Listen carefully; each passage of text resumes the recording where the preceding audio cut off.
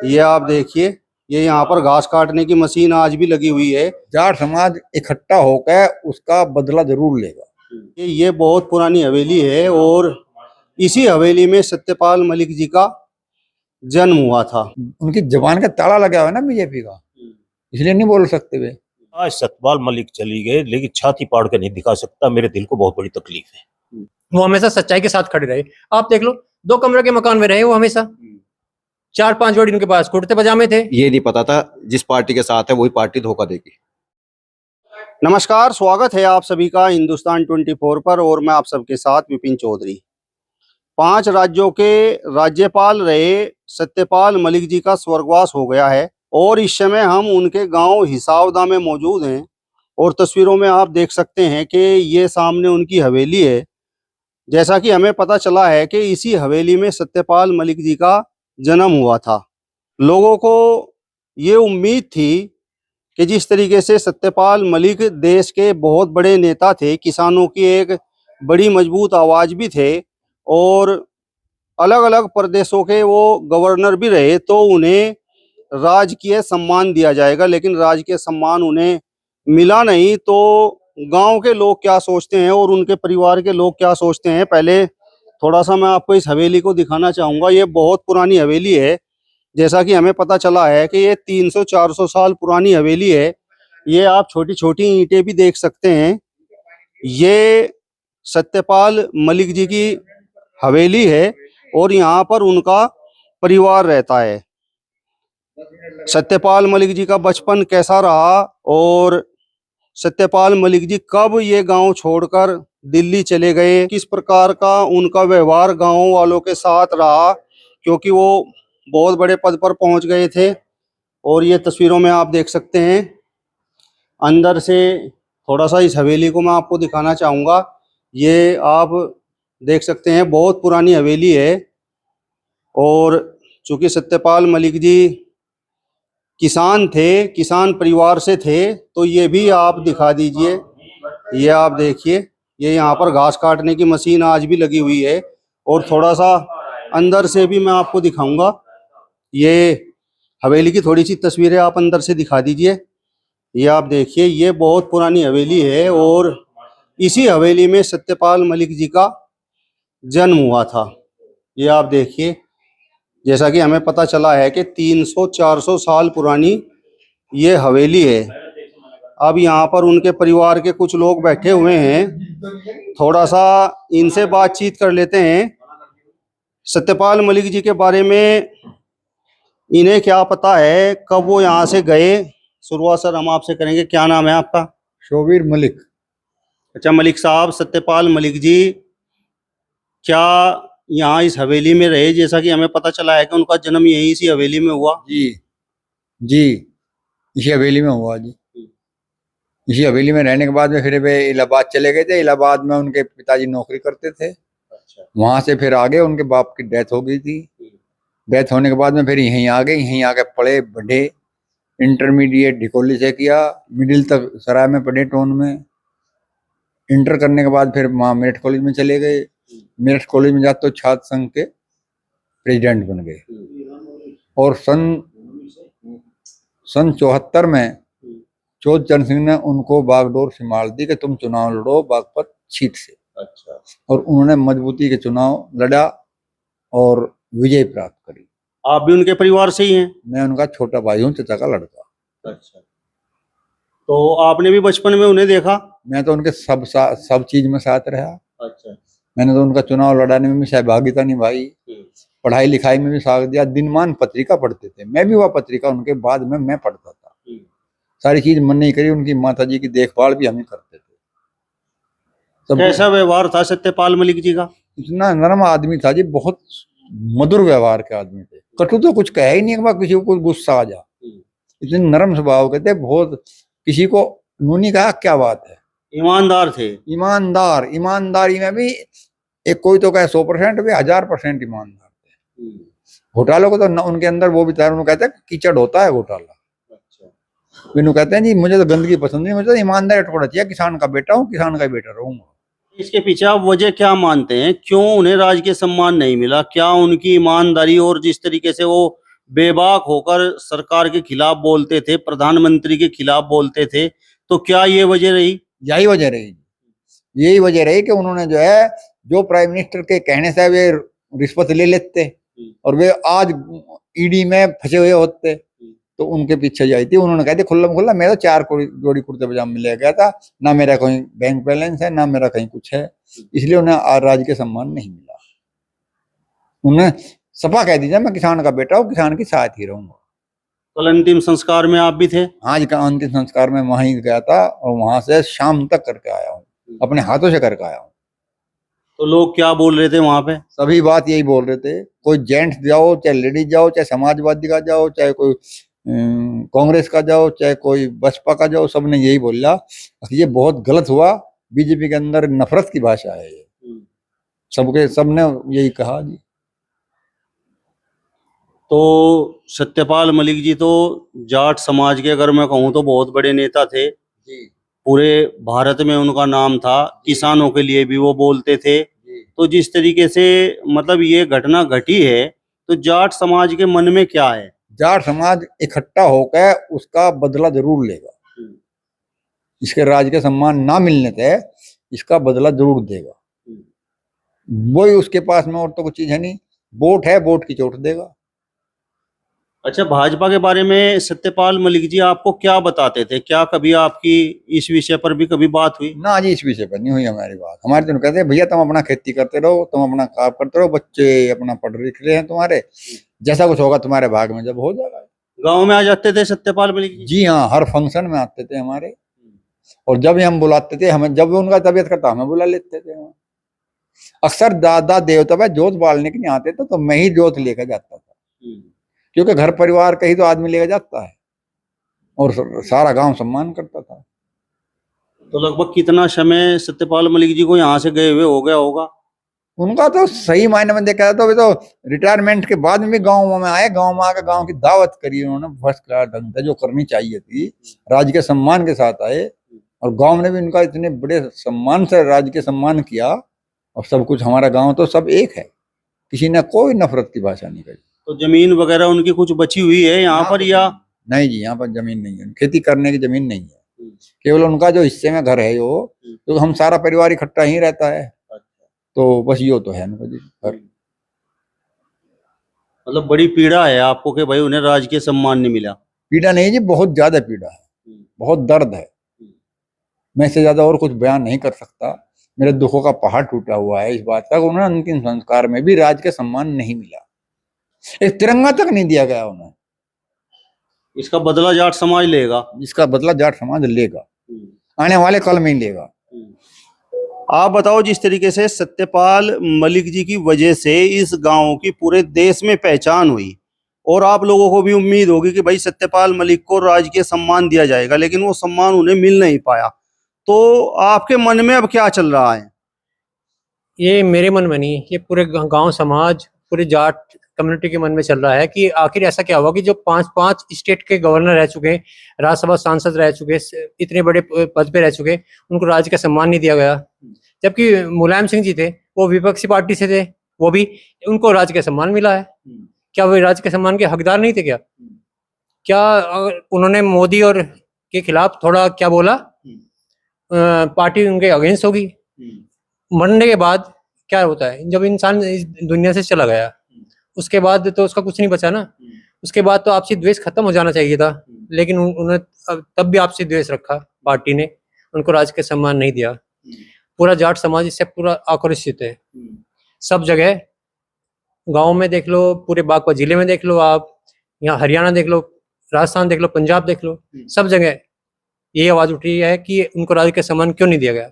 उनसे ऐसी क्या वो थी कि पार्टी, बीजेपी पार्टी को उनसे क्या द्वेष था?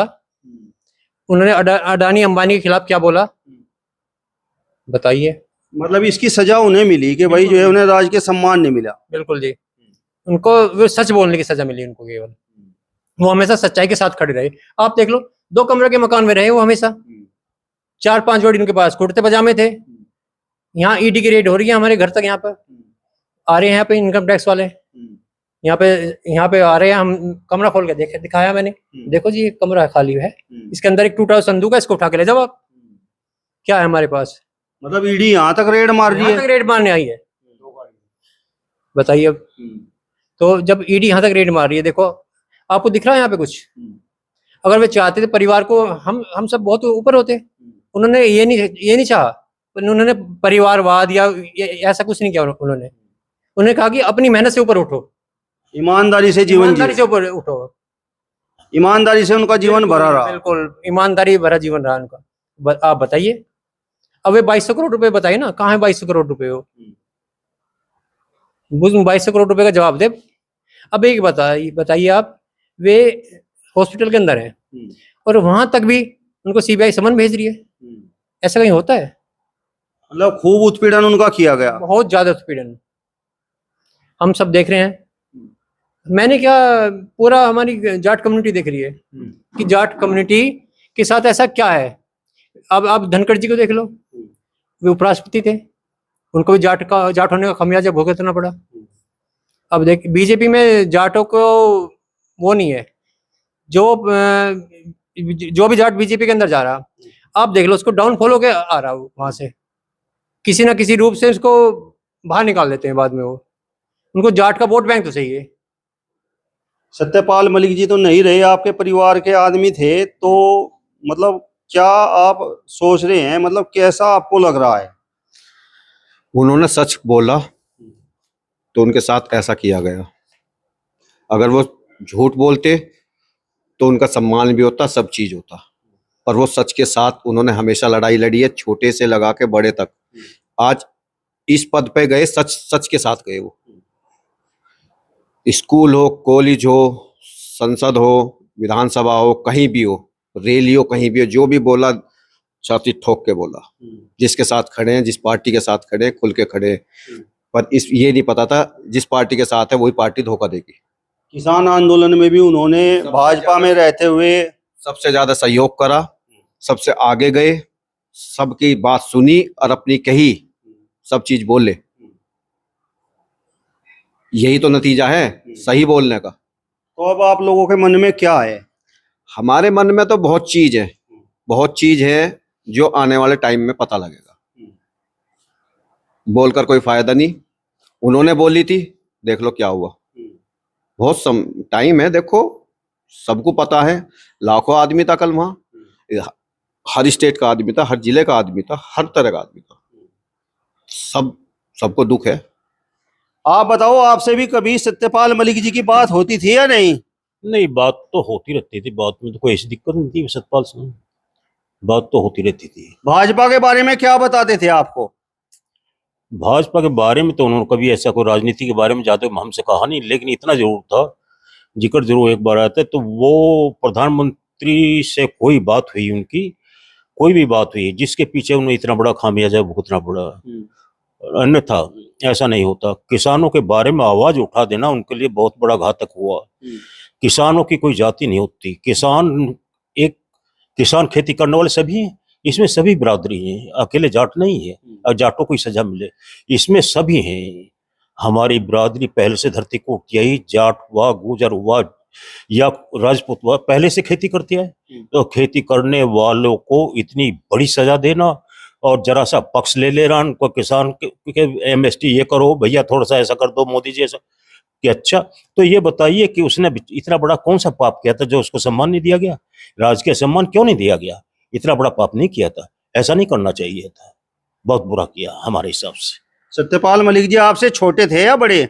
मैं उम्र में उनसे 2.5 साल बड़ा था, मैं उनसे बड़ा, और मुझे जो हमेशा जो है भले ही साथ कहते, चचा के अलावा कभी कुछ नहीं कहते। वेल सिविलाइज, बहुत प्रेम मोहब्बत से और बहुत ही ढंग से बात करने वाला था हर एक आदमी से। वो कभी भी छोटा हो बड़ा हो किसी से जो है ऐसी तेज भाषा बात नहीं करते थे।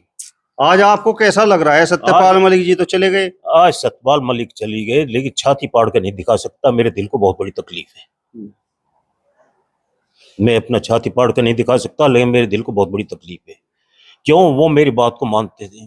अगर मैंने जो कह दिया वो जो 90% बात को ना ठीक है भी, तकलीफ इस बात की भी है कि भाई उन्हें राजकीय सम्मान नहीं दिया गया। थोड़ी नहीं तकलीफ हमको, हमको इतनी भारी तकलीफ है कि वहां पर जो इतने आदमी, लाखों आदमी इकट्ठा था, सबकी एक ही जबान थी।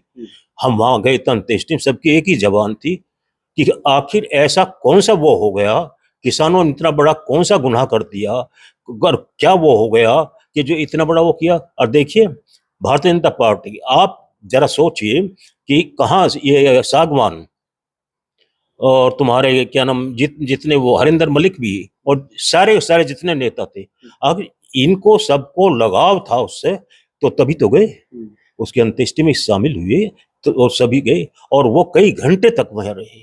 सागवान, जब हम अंत्येष्टि में गए थे, सामना सब मेरे अगली तरफ खड़े हुए थे, मेरे से कहने लगे कि जैसा क्या हाल, मैं ठीक है, हाल क्या होता, अब हाल क्या बचा। मैं सागवान जी, अब हाल हमारा क्या बचा, कुछ नहीं बचा, बात खत्म हो गई। आपका बहुत बड़ा सहारा समाप्त हो गया। सहारा मेरा नहीं खत्म हुआ सर, मेरे पूरे परिवार का सहारा खत्म हुआ, मेरे अकेले नहीं, वो पूरे परिवार का पूरे परिवार के लिए एक थे, चाहे बच्चा हुआ चाहे बड़ा, सबके लिए एक ही था वो। समझे सब, वो ऐसा नहीं था, उसके अंदर जरा सा कोई भेदभाव नहीं था। आपने जिस तरीके से कहा कि जिस तरीके का ये अपमान आपने कहा कि हुआ है और राजकीय सम्मान सत्यपाल मलिक जी को नहीं दिया गया, तो आप जो है मतलब इसका बदला लेंगे। अगर मैं जाट समाज के आज के समय में सबसे बड़े नेता की बात करूं तो चौधरी जयंत सिंह हैं, और जयंत सिंह के पीछे जाट समाज चलता है, तो वो तो भाजपा के साथ खड़े हुए हैं, तो उनसे अलग आप कहाँ जाएंगे? ऐसा है, आने वाले टाइम में जयंत को भी छिटक के भगा देंगे बीजेपी वाले, और देख लेना, याद रखना, हम जो बता रहे हैं जाट समाज को बर्दाश्त नहीं करती है बीजेपी। और नरेश टिकैत, सपा के विधायक, कोई किसी किस्म का हो, राहुल गांधी, ये तो सब आए पता लेने के लिए, पर बीजेपी का जो लीडर है वो नहीं आया। जयंत चौधरी आए? नहीं आए, हॉस्पिटल तो आए, मतलब अंत्येष्टि में नहीं आए। वहां जीते जी पता लेना अलग चैप्टर होता है, अंत्येष्टि में आना अंतरात्माओं से आता है आदमी। अंत्येष्टि में तो वो आता है जिसको अच्छा लगा होता है। जीते जी तो अपना परामर्श लेने कोई आ जाओ, कोई पहुंच जाओ। जयंत चौधरी ने कोई ट्वीट किया हो या उन्होंने कोई वीडियो ऐसा जारी किया हो कि भाई सत्यपाल मलिक को राजकीय सम्मान नहीं दिया गया, तो उसका उन्हें भी कुछ दर्द है, तो मतलब ऐसी कोई बात आपको नजर आई? हमारे सामने नहीं आई अभी तक, क्योंकि हमारे यहाँ अखबार की सुविधा कम है और मार्केट में आता है हमारे नजदीक, वहां भी हमने अखबार पढ़े, अभी कोई ट्रीटमेंट इसने नहीं दिया, क्योंकि उन पे ऊपर उनकी जबान का ताला लगा हुआ है ना बीजेपी का, इसलिए नहीं बोल सकते वे। आने वाले चुनाव में, आने वाले काल में, आने वाले समय में हम इसका जवाब देंगे, हम इसका जवाब वोट से देंगे। और हमारे पास में कोई हथियार तो है नहीं, नाम क्रिमिनल हैं, हम तो ठोंठ किसान हैं, हमारे पास तो हल है और यह खेती बाड़ी है, हम और क्या कर सके, हम तो इसका जवाब वोट से देंगे। ये घाव दे दिया बीजेपी ने आपको? हाँ जी, पूरा घाव दे दिया, बड़ा घाव कर दिया, और कर भी दिया पीछे से। सामने से करते तो हम इसका जवाब दे भी देते, घाव बड़ा कर दिया, पीछे से कर दिया। चलिए, तो आप देख सकते हैं यहाँ पर सत्यपाल मलिक जी का ये परिवार है, और परिवार में ये उनके चाचा हैं और ये उनके परिवार के भाई हैं, और आप भतीजे हैं, ये भी उनके भतीजे हैं।